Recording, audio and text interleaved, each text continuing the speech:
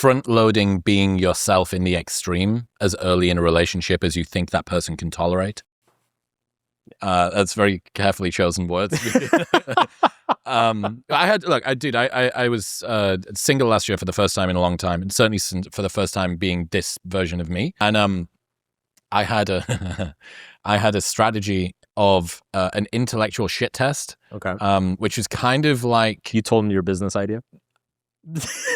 Yes, I knew that you'd keep it in your mind. Everyone's gonna be like, "What's his $1 billion idea?" Like, you don't get to find out. Yeah.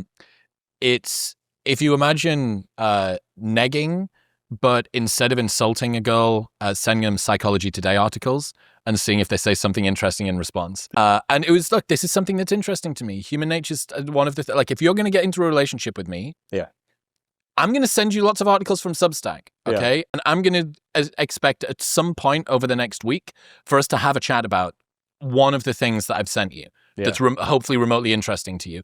And if that doesn't, it's a relatively innocuous but pretty good front-end filter for...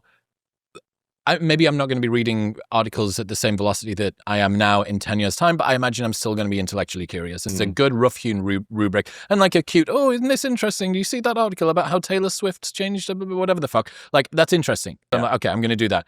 And I think an older version of me, or a younger version of me, sure, would have been, well, that doesn't necessarily fit what a cool guy would do. Like, are you really going to send this article about like the mating habits of zebras and how it's different to horses, and the fact that that's like really interesting because of the different environment that they grew up as some bullshit? It's like, yeah, actually, that's actually a really, really good thing to do. And the story that it reinforces in yourself is, I am allowed to be me. Who you are. I'm allowed to be more me yeah, sometimes than I even, especially if you can tune it up at the start and push yourself beyond your comfort zone, because you go, I'm future-proofed for like, I wouldn't have usually done this for 2 years. And, you know, I've got myself to...